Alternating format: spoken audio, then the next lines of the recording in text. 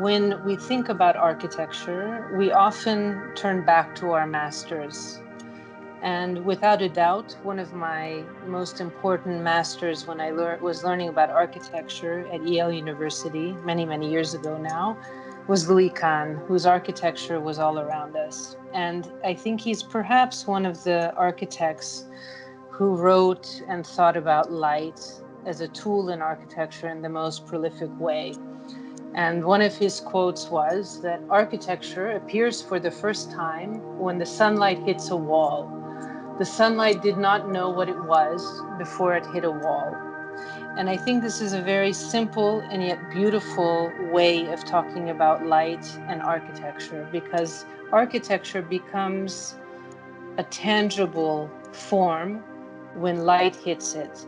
So even though the architecture of Louis Kahn might not be the same architecture, and we might not draw architecture and form architecture in the same way, but I think he was very right that we don't know the form of architecture until it begins to engage with light. I have had a journey in architecture that maybe is in a way the inverse of what many people do, because most people start with small projects, and if they're lucky, the buildings get bigger and bigger, and suddenly they're going from a small building to a bigger building to an urban project, etc. And in my case, the journey has been maybe different, because I decided a number of years ago that actually my passion was to look at architecture from the inside out. And so when you look at interiors and you think about it, it's very often, particularly in this part of the world, in Hungary, it's kind of a post facto dialogue between architect and the interiors. And in my case, I find that I like to think about the interior as a very inherent part of the architecture. So even when we're doing big buildings, we think of the interior intrinsically as part of the building.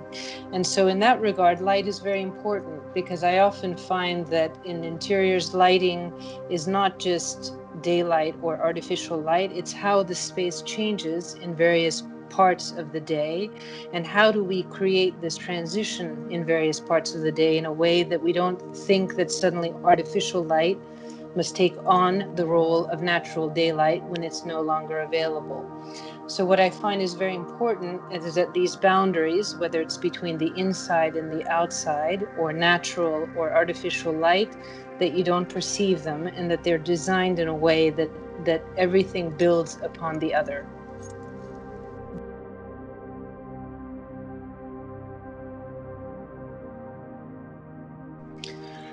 Well, I think it's perhaps an interesting historic time right now, even if it might be blanketed in a sense of fear or a sense of emergency or a sense of uncertainty. I think this is a historic competition, not only because we will be doing this electronically, but because it is a moment when I think every student is aware of what we are in as a world. So there is a uniform sense of fragility in this world now that has been there tragically for a long time. But now mankind has been made aware of this perhaps more than we were aware 3 or 4 months ago. So I think it means that everyone feels maybe a little bit more alone, but at the same time more together. And I think all of us feel that we have a sense of responsibility towards the future, a future which we all share, in trying to make the world a little bit better than what it was a few months ago. So what I think is both challenging and yet inspiring about this particular competition and all the students who are taking part in it is that this sense of communal responsibility is maybe stronger than if we had been involved in this competition without this global crisis. So I hope that in their journey, which might be more challenging, these students will share this responsibility and help us see what their response is to this current situation that we are in. They are in a very unique position, because in this isolation that they might be in, It is also time for creativity. People, for instance, just yesterday I was looking at an Instagram post by an architect who is a colleague and a friend in Paris. And he was saying that as an architect, this time that has forced him to change his habits has encouraged him to draw again, because for years he's been tied to the computer and the fast world that we live in as professionals, as architects, as people. And suddenly he's found a new dialogue with the pencil that he'd forgotten. So I hope that maybe students find that there's a new creative voice that they might not have used in this competition if they weren't in isolation. I hope it inspires them to make this project maybe say a little bit more than they might have done otherwise.